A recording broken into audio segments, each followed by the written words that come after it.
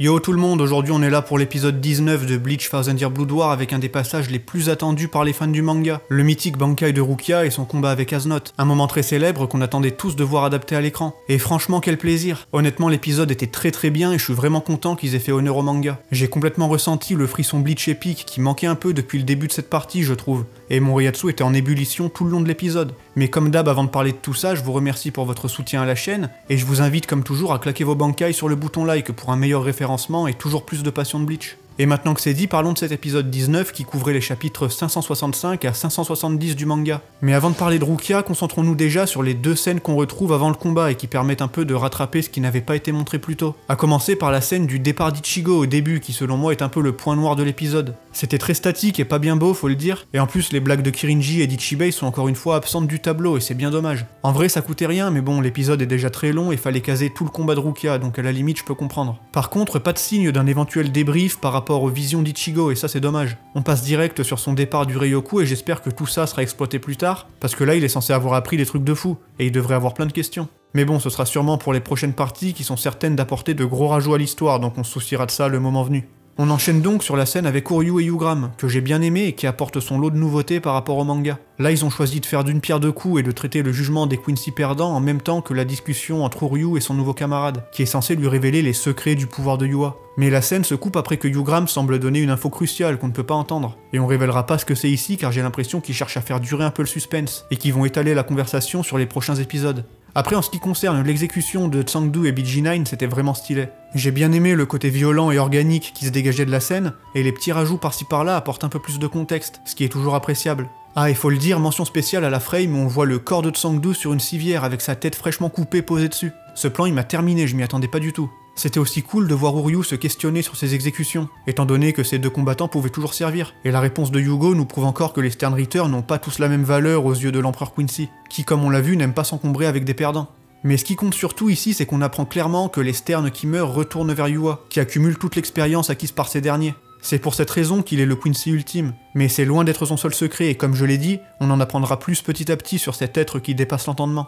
Parlons donc plutôt du gros de l'épisode, à savoir l'affrontement mythique entre Rukia Kuchiki de retour du Ryoku et Aznot, qui lui est à la recherche de Byakuya. C'est un des combats que je préfère dans cet arc. Vous le savez, j'attendais comme vous tous beaucoup de ce fight dans l'animé et je dois dire que je suis vraiment pas déçu. Le combat a été très bien traité, tous les éléments importants sont présents, les musiques sont bien utilisées et l'animation est globalement propre, ce qui donne un combat palpitant à suivre et perso j'étais à fond dedans. Premier point notable, la mise en scène du monologue d'Aznot qui fait plaisir, étant donné que c'était le moment où il se devait d'être un peu créatif comparé au manga. Et pour moi c'est réussi, on ressent bien ce qu'il exprime ainsi que sa vision de la peur et de tout ce que ça implique. D'ailleurs faut savoir que c'est Tite Kubo qui a poussé pour qu'on intègre ce moment, étant donné qu'à la base le staff de l'animé voulait le couper. Et ça aurait vraiment été dommage donc heureusement que Kubo a forcé un peu. Mais ouais, le pouvoir d'Aznot qui en gros permet d'insuffler une terreur viscérale chez ses adversaires ne fonctionne que sur les êtres vivants, qui instinctivement auront toujours en eux la peur de perdre la vie, et ce peu importe le niveau ou l'entraînement reçu.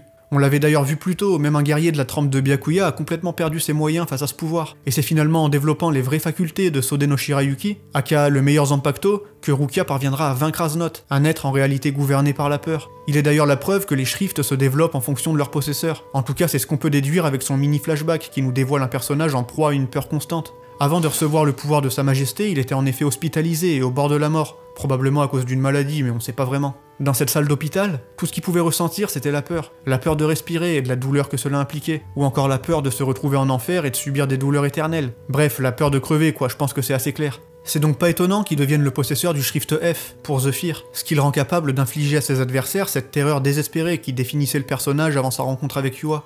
Bon le problème avec tout ça c'est que c'est un des seuls à avoir un background, ce qui est extrêmement dommage faut bien le dire mais qui sait. Une petite backstory pour les Bambi Girls en partie 3 c'est pas impossible hein, surtout en sachant qu'il y aura forcément beaucoup de scènes inédites dans les prochaines parties.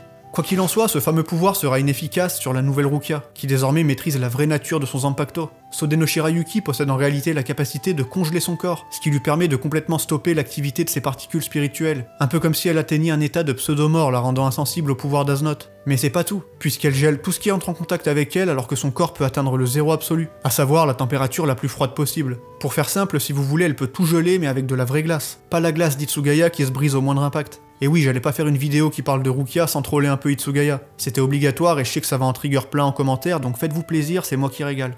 En tout cas, après s'être fait geler de la tête aux pieds par Sode no Shirayuki en zéro absolu, Aznot, qui jusque-là faisait preuve de beaucoup de calme et de maîtrise, va commencer à péter les plombs. Et il ne pourra plus cacher sa vraie nature de fanatique fou furieux complètement ravagé et qui prétend ne craindre qu'une chose, la colère de sa majesté.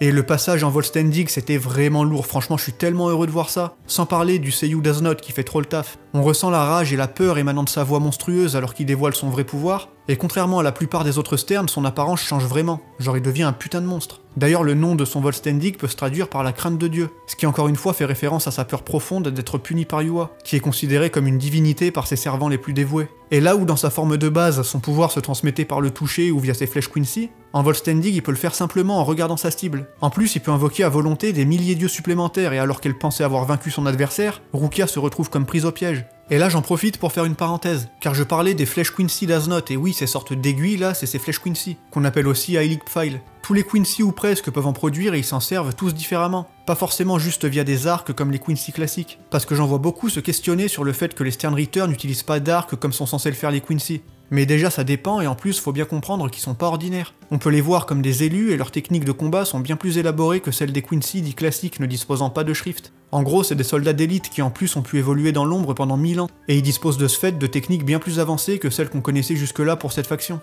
Mais revenons sur le combat, car c'est l'apparition de Byakuya qui va remettre Rukia sur les rails, et ça aussi c'était génial en ce qui concerne l'adaptation. C'est vraiment trop bien de voir les Kuchiki se venger après l'humiliation qu'a fait subir Aznot à Byakuya, et je suis content que la majeure partie des dialogues du manga soient conservés ici. Genre quand Aznot demande au capitaine comment il va après qu'il l'ait trucidé à l'aide de son propre Bankai. Mais cette fois plus d'arnaque et c'est les Shinigami qui contrôlent la zone, alors que Byakuya met en pièces le mur d'œil d'Aznot à l'aide de son Shikai boosté par son séjour au Ryoku.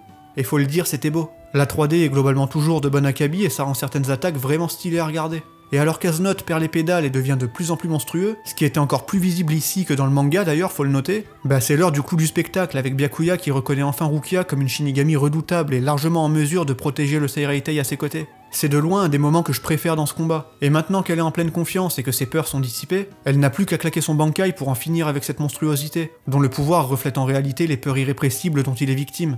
Et là faut dire que comme beaucoup, je me demandais comment l'épisode allait se finir, même si je me doutais bien qu'ils allaient zapper l'ending pour pouvoir tout faire rentrer en une fois, et merci de pas sortir cette phrase de son contexte. Mais c'est une bonne idée parce que couper ce combat en deux, ça aurait complètement gâché le truc, et en plus je trouve que ça rend le moment un peu plus mémorable avec la musique de l'opening en fond. Je sais que certains sont un peu déçus par ça, surtout à cause des crédits qui masquent un peu les images des fois, mais bon faut pas abuser, ça gâche pas du tout le moment et je trouve même que ça lui donne une aura particulière. Franchement, quel plaisir de voir ce Bankai, qui résulte en une attaque de glace à longue portée et qui ne laisse aucune chance à son opposant, alors que Rukia prend sa mythique forme de Reine des Glaces, un design qui devrait être interdit tellement il est craqué, surtout quand on le voit prendre vie dans cette adaptation qui clairement sublime le manga. Akane Otogame est de loin le plus beau des Bankai et c'est aussi le symbole de la vraie puissance de Rukia, qui est parvenu à développer son potentiel réel avec l'aide de la Division 0. Et c'est évidemment quelque chose qui n'aura pas échappé à Byakuya, qui vient à nouveau soutenir sa sœur alors qu'elle désactive peu à peu son Bankai, un moment touchant qui permet de clore l'arc narratif de ces deux personnages de la plus belle des manières. Byakuya voit désormais Rukia comme son égale, et l'entendre complimenter son Bankai c'est juste un kiff de fou quand on aime ses personnages et tout ce qu'ils représentent. Et s'il y a juste un petit truc qui m'a déçu, c'est le fait qu'encore une fois ils rajoutent des paroles sur certaines OST. Genre là on avait le remix de Never Meant to Be Long qui est complètement craqué, mais ils ont rajouté un gars qui chante par-dessus et franchement j'aime vraiment pas ce délire. Quand c'est l'opening qui pop en fin d'épisode sur un moment particulier et marquant, ça me dérange pas. Beaucoup d'animés ont déjà fait cette phase et comme j'ai dit ça apporte quelque chose de spécial je trouve. Mais les OST avec des paroles dans ce style là c'est rare que je kiffe. C'est une question de goût évidemment, mais par exemple le nouveau thème de Shinji j'avais pas trop apprécié. Heureusement ça dure vraiment pas longtemps donc ça m'a pas dérangé, mais j'avoue que je préfère sans les paroles. Enfin bon, quoi qu'il en soit, c'était vraiment un épisode super et je suis hypé comme jamais pour la suite qui s'annonce explosive. D'ailleurs ils ont même réussi à caser le début du combat de Yachiru contre ce fameux Sternritter dont on pourra parler la semaine prochaine. Et putain si vous savez comme moi ce qui arrive après, ça a dû vous hyper à mort. Mais en attendant, c'est tout ce que j'ai sur cet épisode qui était vraiment trop cool. Et j'attends avec impatience vos avis là-dessus, puisque c'était vraiment un moment qu'on attendait tous. J'arrive même pas à croire qu'on l'ait enfin eu officiellement. Surtout quand je repense à toutes les fan animations qui ont été réalisées sur ce combat à l'époque par des fans qui ne rêvaient que d'une chose. Voir cet arc final officiellement adapté en animé. Mais aujourd'hui c'est enfin là, c'est réel et la semaine prochaine on va avoir ce putain de Kenpachi en action. Je vous le dis, ça va être une dinguerie monumentale. Mais en ce qui concerne le Bankai de Rukia et son combat contre Aznot, pour moi c'est complètement validé et je suis bien content qu'ils aient réussi à nous proposer ce moment magnifique qui fait honneur à l'œuvre originale. Au début je vous avoue que j'avais un peu peur qu'ils enlèvent des trucs importants comme le monologue sur la peur ou même le flashback d'Aznot qui est pourtant central. Mais heureusement ça a pas été le cas et on a eu droit à un épisode costaud et bien rempli du début à la fin. En tout cas, avec la mort d'Aznot, ça nous fait déjà 11 Sternritter battus sur 26. Donc si j'ai bien compté, il en reste plus que 15, sans inclure Uryu qui a un statut un peu spécial. Et en plus de ça, Ichigo va bientôt arriver avec un giga buff, donc au final pas de soucis. Ils sont pas si dangereux que ça, ces Quincy. Ça c'est ce que je dirais si je connaissais pas la suite. Mais rassurez-vous, on est encore très loin d'avoir tout vu et les vrais plans de l'ennemi vont bientôt se mettre en place. Mais en attendant, je vous remercie encore une fois d'avoir suivi cette review. N'oubliez pas de vous abonner si vous voulez pas rater les prochaines vidéos, et moi c'est là-dessus que je vous dis vive Bleach, et à la prochaine tout simplement.